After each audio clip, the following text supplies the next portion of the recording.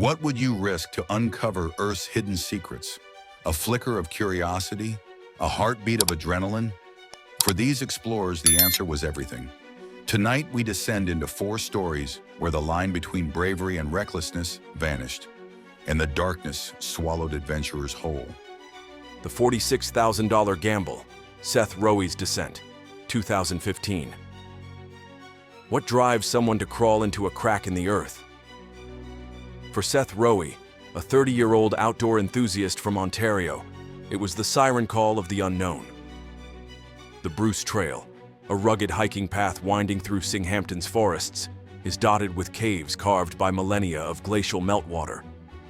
But one fissure, unmarked on maps and unnamed in local lore, became Seth's obsession. This wasn't just any cave. A jagged slit in the limestone, barely 20 inches wide, it dropped vertically into darkness, a geological throat swallowing anything daring enough to enter. The walls, layered with sedimentary rock, bore the scars of ancient erosion. Jagged outcrops hinted at instability, but Seth saw only adventure. Seth wasn't a novice. Years of spelunking in Ontario's Niagara Escarpment, a karst region riddled with caves, had honed his skills, but confidence had curdled into recklessness. Friends recalled his near disaster in 2013 when a loose boulder trapped him in a cave near Collingwood for hours. He joked about it afterward. "Stone hugs harder than my ex," but the incident left him undeterred. This time he went alone.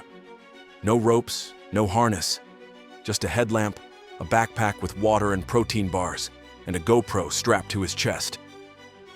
His plan? A quick in and out. At 10:17 a.m., Seth squeezed into the fissure. The limestone scraped his shoulders raw. 30 feet down, the passage narrowed to 15 inches, tighter than a coffin. His GoPro footage, recovered later, shows labored breathing fogging the lens. Then, the rock betrayed him. A foothold, a fragile ledge of dolomite, suddenly crumbled under his boot. Seth plummeted 36 feet, his body ricocheting off jagged walls before lodging in a vertical choke point. The impact shattered his headlamp, plunging him into darkness. Blood trickled from a gash on his forehead. His left shoulder throbbed, dislocated. Above ground, the forest hummed with life. Birdsong, rustling leaves. Below, Seth's cries dissolved into stone. He shouted for hours, voice fraying to a whisper. Dehydration clawed at him. The cave's air, damp and stagnant, clung to his lungs. But why did no one hear him? The fissure's entrance, hidden beneath a tangle of roots, was invisible to passers-by. Seth had told no one his plans. Not his roommate, not his hiking buddies. Arrogance, or the delusion that curiosity alone would save him? At 6:03 p.m., 2 hikers paused near the fissure. A faint raspy sound drifted up, asking for help. Emergency crews arrived within the hour, but the cave defied conventional tactics. The passage rejected stretchers. Ropes snagged on outcrops. Even drones faltered in the suffocating dark. The solution? Carve him out. A team of 8 rescuers, led by veteran cave diver Mark Tolley, deployed air chisels, pneumatic tools typically used in mining. The process was agonizingly slow.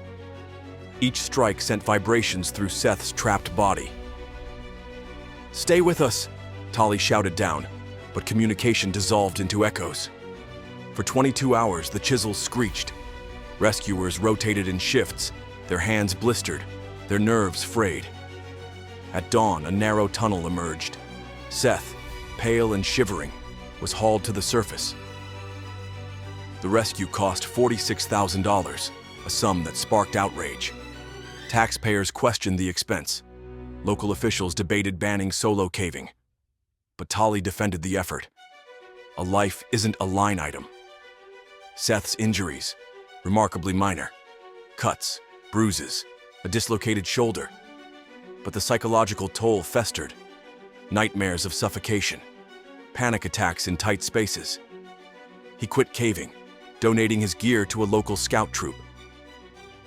"I thought I was invincible," he admitted later. The cave showed me I'm not. So why did he go in? Was it the thrill?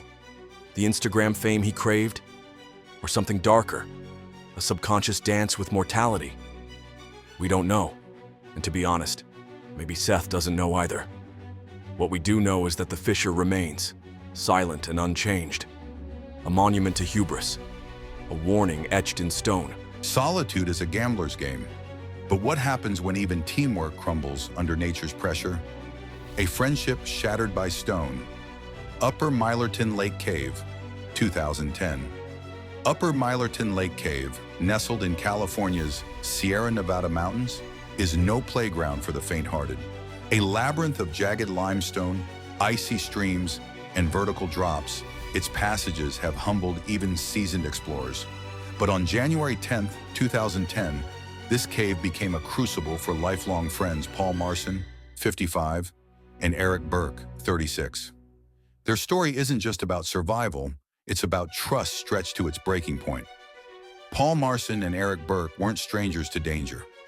Partners for over a decade, they'd navigated Colorado's ice caves, Kentucky's Mammoth System, and Mexico's Sotano de las Golondrinas. Paul, a retired geologist, brought methodical precision. Eric, a firefighter, offered raw physicality. Their bond was forged in darkness, their trust unshakable, until Upper Millerton Lake. Their goal that day, to map a remote section of the cave's Devil's Corkscrew, a vertical shaft notorious for loose rock in sudden floods. Equipped with Petzl harnesses, static ropes, and neoprene wetsuits, they carried enough supplies for 8 hours. At 11:23 a.m., they reached the shaft, a 6-foot-wide vertical drop descending 40 feet into blackness. Paul anchored the rope, tested the carabiner, and descended first. Eric followed, his boots scraping against wet limestone. The shaft narrowed at the bottom, funneling into a horizontal passage half submerged in icy water. Paul waded in, his headlamp illuminating jagged stalactites. Deep in the corridor, Paul spotted a hole, a tight vertical squeeze leading to a lower chamber. Water trickled down, suggesting a hidden stream. The hole was barely 2 feet wide, but he decided to scout it anyway. Paul squirmed in feet first, his torso wedged as he felt for footholds. None.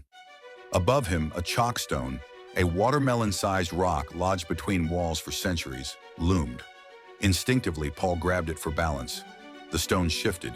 In seconds, it plummeted, crushing Paul's right arm against the cave wall. His scream echoed through the chamber. A chalkstone's weight? Approximately 90 pounds. The force of its fall? Enough to shatter bone. Paul's humerus snapped, his arm pinned at a grotesque angle. His legs dangled over a 40-foot drop into an unseen void. Eric, 15 feet above, froze. But physics cares little for panic. Paul's weight threatened to dislodge the rock entirely, sending both men into the abyss. Eric's firefighter training kicked in. He anchored himself to a ledge, unclipped his pack, and retrieved a rock hammer and pulley. For 3 hours, he chipped at debris around the chalkstone, sweat mingling with cave drip. Each strike risked destabilizing the rock further. At 2:17 p.m., the chalkstone shifted. Paul's weight dragged it downward. Eric lunged, gripping Paul's wetsuit collar as the stone plunged into darkness. The force nearly yanked Eric off the ledge. Muscles burning, Eric hauled him upward, inch by excruciating inch, until Paul collapsed onto solid rock. His arm hung limp, swollen and purple. Escape required traversing submerged passages and vertical ascents. Paul, shock setting in, relied on Eric's strength. At one choke point, Eric wedged himself between walls, forming a human ladder for Paul to climb. They emerged at dusk, 14 hours after entering. Temperatures had plummeted to 23 degrees Fahrenheit. Paul's core temperature? 89 degrees, hypothermia's threshold. Paul's arm required 2 surgeries and a titanium plate. Nerve damage left him with permanent numbness. Eric, though physically unscathed, quit caving. "I look at ropes now, and all I see is that damn rock," he admitted in a 2012 interview. The incident laid bare critical flaws in their preparation, each misstep amplifying the danger. The team had no secondary communication devices, relying solely on shouted warnings, that dissolved into echoes against the cave's unforgiving walls. Their medical kit, laughably sparse, forced Eric to improvise a sling from a shredded wetsuit, a flimsy lifeline for Paul's shattered arm. But the gravest error was overconfidence. Years of navigating more complex systems had bred complacency, a mindset Paul later summarized as, "We'd done harder caves." Yet experience, it turns out, is no shield against a single loose stone. Upper Millerton Lake Cave remains unchanged. Park officials added warning signs, but the Devil's Corkscrew still lures daredevils. Are you one of them? As you've seen, even expertise crumbles under pressure. But what happens when ignorance drowns out reason? Salamander Cave's relentless flood, 1975. What does it take for a routine cave exploration to spiral into a nightmare? For three Indiana University freshmen in 1975, the answer lay in a combination of youthful bravado, torrential rain, and a labyrinth of limestone that turned into a liquid tomb. Salamander Cave, a modest network of passages near Bloomington, Indiana, had long been a rite of passage for novice cave divers. But on February 22, 1975, it became a grave for Kim Aldrich, Marcia Bott, and Terry Yoakum, a tragedy that still haunts the caving community. Salamander Cave, part of Indiana's karst landscape, is a deceptively simple system. Its winding passages, formed by acidic groundwater dissolving limestone over millennia, stretch approximately 2 miles. During dry seasons, it's a playground of stalactites and shallow streams, but in heavy rain, the cave transforms. Its porous rock acts like a sponge, funneling runoff into a subterranean torrent. The cave's entrance, a narrow slit at the base of a limestone outcrop, slopes downward into a series of chambers. The first 100 feet, dubbed the ballroom, opens into a spacious gallery. Beyond that, the passages tighten, dipping under low ceilings and through ankle-deep streams. For decades, local guides led tours here, emphasizing its accessibility. But accessibility breeds complacency, and complacency kills. Kim Aldrich, 19, was the group's de facto leader. A geology major with 2 prior caving trips under his belt, he fancied himself an expert.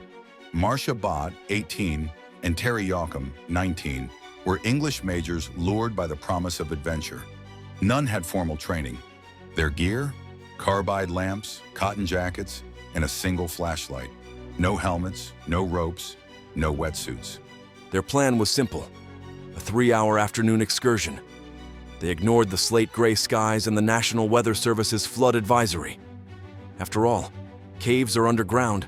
How bad could rain be? At 1:15 p.m., as the trio approached the cave, they crossed paths with John Abney, a seasoned cave diver leading a group out. Abney, noticing their inadequate gear, warned them. The cave streams were rising, and the forecast called for more rain. His exact words, later recounted in the Bloomington Herald-Times, were blunt. "Turn around. This isn't a game." They laughed it off. 30 minutes later, graduate student Kathy Hoey emerged from the cave, her boots caked in mud. She had abandoned her research on aquatic insects when water reached her knees. Hoey pleaded with the trio to reconsider. They shrugged. Adventure, they believed, demanded risk. At 1:45 p.m., they entered Salamander Cave. The ballroom was dry, its ceilings glittering with calcite formations. Kim's carbide lamp cast long shadows as they snapped photos and scribbled notes. By 2:30 p.m., they reached the water gallery, a passage where a gentle stream usually trickled. That day, it churned waist-deep, fed by runoff from the storm. Undeterred, they pressed on, clutching the walls to avoid being swept downstream. The water climbed higher, chest level, then neck level. Marcia's flashlight shorted out. Panic flickered, but Kim insisted they push toward Breakdown Mountain, a higher chamber 500 feet inland. At 3:10 p.m., the cave sealed their fate. Rainfall rates that day exceeded 2 inches per hour, overwhelming the cave's drainage capacity. Water surged through sinkholes and fissures, flooding passages in minutes. The entrance vanished under 6 feet of water, leaving a mere 18 inches of airspace. Inside, the trio faced a horrific choice: retreat through the submerged entrance, or seek higher ground. They chose the latter, wading toward Breakdown Mountain. But the route required navigating the Needle's Eye, a 15-inch wide squeeze. Terry went first, his shoulders scraping rock. Marcia followed, losing her backpack to the current. Kim, the tallest, got stuck. The water rose. By 8 p.m., friends reported the trio missing. Indiana State Police mobilized a team, including veteran cave divers Michael Moore and Jim Keith. Equipped with scuba gear, they entered the cave at 9:30 p.m. What they found was dire. The entrance passage was fully submerged. Rescuers navigated by touch, their headlamps reflecting off the murky water. In the ballroom, they discovered Marcia's abandoned backpack and a carbide lamp, its flame drowned. At 2 a.m., the water crested, forcing rescuers to retreat. The next morning, the flood receded, revealing the gruesome truth. Kim and Marcia's bodies lay in the entrance passage, their mouths filled with silt. Terry was found 500 feet inland, his hands clawing at a wall near Breakdown Mountain. Autopsies confirmed drowning, but the water's force had fractured their ribs and ruptured their eardrums.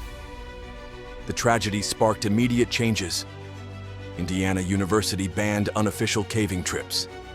The National Speleological Society revised safety guidelines, mandating helmets, waterproof gear, and weather checks. Salamander Cave itself was gated, its entrance locked without a permit. But the deeper question lingered. Why did 3 intelligent students ignore repeated warnings? Was it the invincibility of youth? The seduction of the unknown? Or simply the human flaw of believing disaster happens to others? My money is on all 3. And while we are speculating, what if they had turned back at Kathy Hoey's plea? What if they had checked the weather? The cave offers no answers. It simply waits, its passages still echoing with the hubris of 1975. Ignorance drowns as swiftly as water. But what if the danger isn't the cave, but the mind itself? The crevice that refused to let go. Lower Van Horn Cave, 2009. What does it feel like to be buried alive, not by earth, but by stone? For Teresa Garrity, a 24-year-old cave diver from Arizona, the answer came on April 11th, 2009, inside Lower Van Horn Cave. A labyrinth of slick limestone and suffocating narrowness, this cave is notorious among spelunkers for its steep mud slopes and hidden fissures. But for Teresa and her 5 teammates, it became a theater of terror, where every move flirted with disaster. Lower Van Horn Cave, nestled in southern Arizona's Sonoran Desert, is invisible from the surface, a gaping maw concealed beneath a limestone ridge. Its reputation? A beginner's cave, with intermediate dangers. But veterans know better. Flash floods carve its passages into slick, unpredictable gauntlets, and its narrowest sections defy even the slimmest of explorers. The 6-person team, Teresa Garrity, Richard Bowman, Patrick Clapp, Ed Coleman, Mike Landrum, and Colin Pousset, were neither novices nor experts.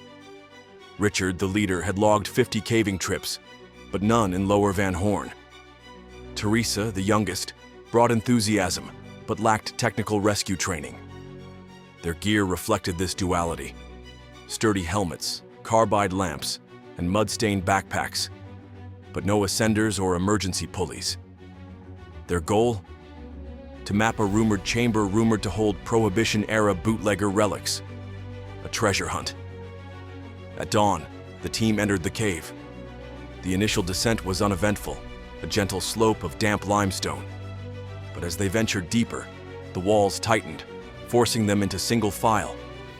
The floor, coated in clay like mud, clung to their boots. Each step required deliberate balance.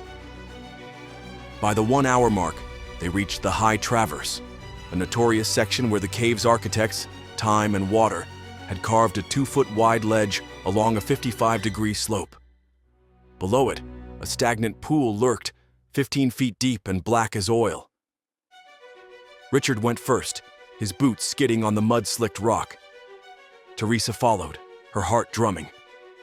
Halfway across, she spotted a handhold, a protruding rock.